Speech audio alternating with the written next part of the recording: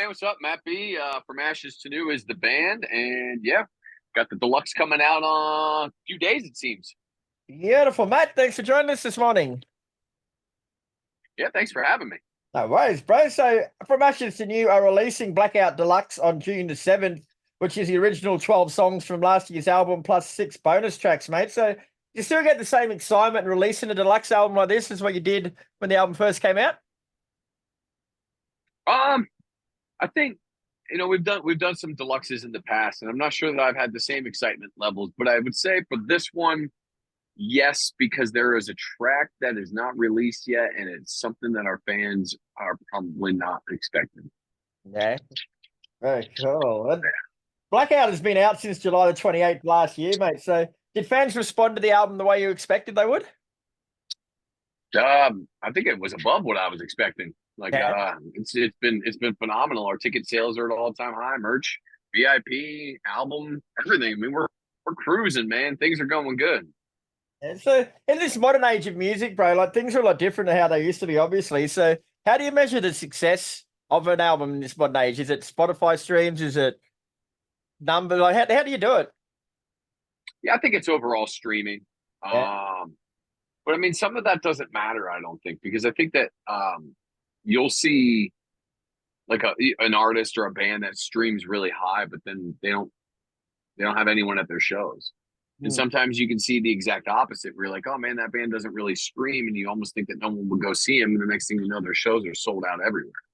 Hmm. So I think to know that if your stuff is working or what you're doing is working is, are people it's kind of like all encompassing. Like, are people wearing your merch? Are they listening to your music? Are they going to your shows? Are they, are your social media numbers growing? Like I think that it's kind of all of it together. Oh. Now, because there's only the 6 bonus tracks on the deluxe album, mate. I want to run through them one by one, including the one that you said is going to surprise fans a bit. So we'll run through them one by one and tell us a bit more about the songs and why you chose them for the deluxe. So you've got Barely Breathing. Yeah, yeah. Well, that was originally a track. There's some remixes on here, and that's one of the remixes. So that was originally a track on the initial Blackout release, and we did a feature with Chrissy Costanza Against the Current. And we had always imagined that song to have a female guest vocal, and the original track didn't have it. So we were just happy that we were able to get her on there and kind of bring to life what we had initially had thought to do in the beginning. Mhm. Then you got One Foot in the Grave with Aaron Pauley from Mice and Men. Yeah, an unreleased track. We knew that we wanted Aaron on a track. Love of Mice and Men, been a big fan of them for years. Also, Aaron's old band, Jamie's Elsewhere, love those guys. So I've always been a big fan of what Aaron does, and we're just happy to get him on a track. Initially, it was supposed to be kind of like another remix idea, but I was like, hey man, we got this one in the can, and I think that we could really get him in here, and it could be something cool and something the fans hadn't heard yet. So, just wanted to do it, made it happen. Sure. And Live Before I'm Dead. That's the one, man. Yeah. That's the one. That's one that everyone's got to listen to and find out for themselves. It's way different. Right. My first real singing uh approach. So I'm curious to see what people are going to really think of that. Okay. Can you tell us why you decided to do like a proper singing approach on this one? Lance made me do it. Uh, Fair he, call. he really did. He forced me into it. I didn't want to do it. He kept saying, "You got to do it. You got to do it. You got to do it," and did it. And I'm really proud of it. I know that everyone around us is really proud of it. So I'm excited to see what fans think. Oh. And did you say that's going to be released as a single, or is that just going to be part of the album? I'm not quite sure what they're doing with it, to be dead honest with you. I don't know. I think that singles are determined by how. I think a lot of times they're determined with how well a song does, really. So we'll see what the fans think of it, and if it becomes a single, then sick. And if not, I'm still proud of it. Doesn't matter to me. Sweet. All right, you got Monster in Me. Again, another album track, but I have been a gigantic fan of Yellow Wolf for very many years, and I've been trying to get him to be a part of something that we've done. And again, we didn't have the opportunity of putting on the original album track, but you know, when they come and say, "Hey, Yellow Wolf wants to be a part of a song. What song do you want to put him on?" You give him your best rap song that you've got, and let him do his thing. So I'm really happy to have Yellow Wolf as a part of this deluxe. Right. The next one's the Sullivan King remix of Nightmare. Caught me off guard. Didn't even know what was happening. Had no clue, man. I got an email. It was like, "Hey, what do you think of the Sullivan King remix?" And I listened to it. I was like, "Yeah, this is so sick." So yeah, we had no clue, but it was a pleasant surprise. The dude crushes everything he does. So it's a killer remix of the track, and it's the biggest track from the record. So it's a killer remix of the biggest track. Nice. And then you got an acoustic version of Hate Me Too. Yep, had to. It's that song, man. Had to give people the acoustic treatment, man. Give them a different vibe on that big radio hit. So yeah, I mean it's fun. We kept it moody and we kept it energetic and kind of just dialed back the instruments a little bit and did our rendition of what we thought that song should sound like acoustic. Oh. So do you guys write a lot of your songs acoustically first and turn them electric, or are they all written like the way they're played pretty much? Yeah, I think they're all written kind of the way they're played. I don't think we've ever really done anything acoustic except for maybe chord progression and hum some melodies or something like that. But everything's kind of like we figure out what kind of key where the key we want it to be or the BPM we want it to be in and the idea, and then we kind of scat some stuff down and kind of build it like Legos. So, but it never really ever starts from acoustic. Sometimes from acoustic, maybe a little bit, piano, maybe a little bit, but they all start different ways. Yeah.